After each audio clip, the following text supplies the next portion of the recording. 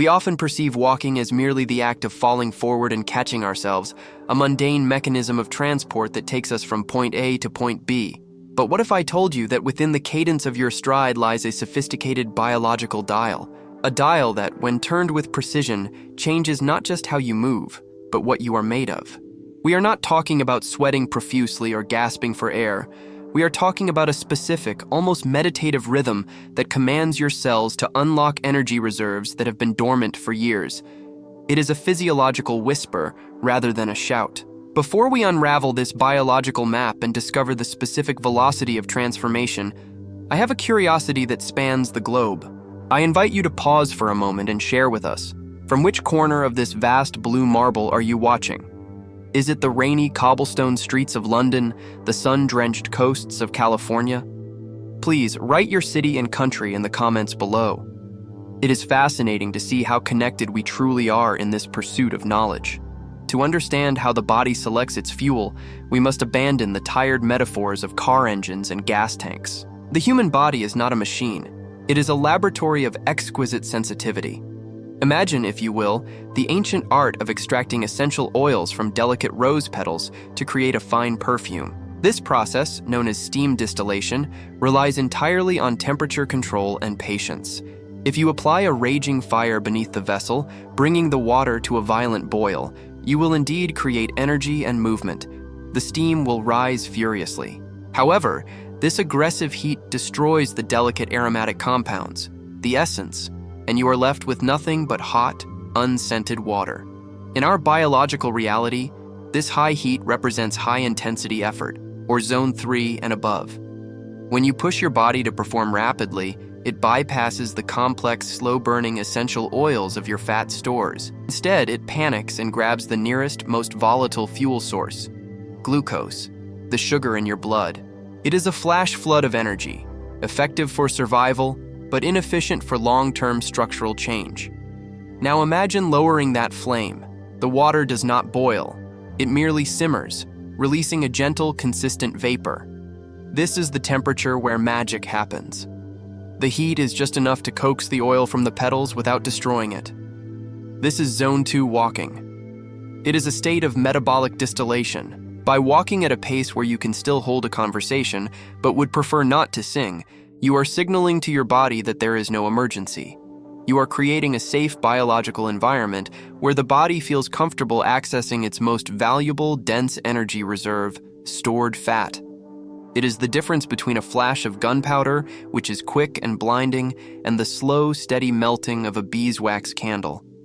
The candle does not burn with fury, it burns with longevity. When we walk in this specific zone, we are not forcing the body to burn. We are inviting it to melt. Let us descend from the macroscopic world of perfume and candles into the microscopic cathedral of your cells. Here, we find the mitochondria, often simplified, but let us view them today as the grand archivists of your existence. Inside every muscle cell, there is a vast library. In the front of this library, on the counter, sit the daily newspapers and magazines. These are light, easy to grab, and quick to read. This is your glycogen, stored carbohydrates. Deep in the back of the library, down the winding spiral staircases, in the heavy, dust-proof vaults, lie the dense, leather-bound encyclopedias. These volumes are heavy. They contain thousands of pages of information. This is your adipose tissue, stored fat. When you walk in Zone 1, a leisurely stroll, the library is empty. The librarian, an enzyme we shall call the transporter, moves slowly. She goes to the back, picks up an encyclopedia, and dusts it off.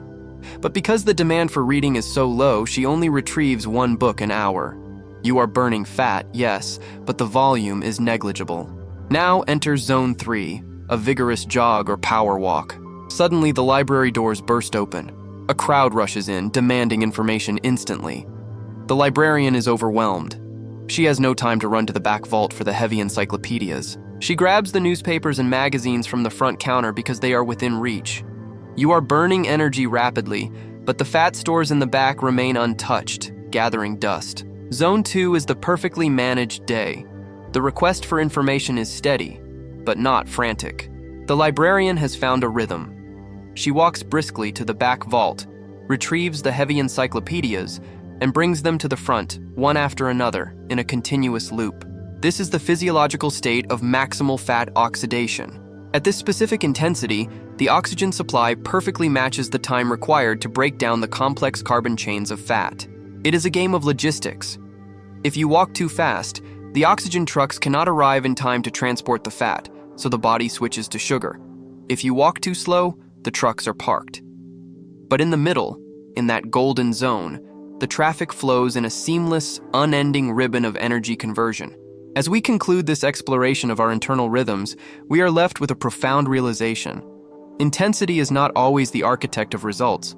Often, it is consistency and precision. In a world that glorifies the grind, the sweat, and the collapse at the finish line, science offers us a quieter, more dignified path. The mastery of Zone 2 walking is the mastery of patience. It teaches us that we do not need to destroy ourselves to improve ourselves. By respecting this biological boundary, by keeping our pace in that sweet spot where breath is present but controlled, we do more than just oxidize lipids. We build metabolic flexibility. We teach our bodies to be efficient hybrids, capable of enduring the long winters of life. This is not just about aesthetics or the fit of a garment. It is about the longevity of the vessel that carries your consciousness. So, the next time you step onto the pavement, the trail, or the treadmill, listen. Listen not to the music in your headphones, but to the hum of your own machinery. Find that zone where the fire is steady, where the librarian is efficient, and where the candle melts slowly. That is where the change happens. And if you enjoy this type of content, deep to the point without sensationalism and with respect for your intelligence, then join us. Subscribe to the channel so you don't miss the next episodes, and activate the bell to receive notifications when a new video is released. If this video brought you clarity, leave a like and share it with someone who needs to hear this today. Thank you for walking with us today.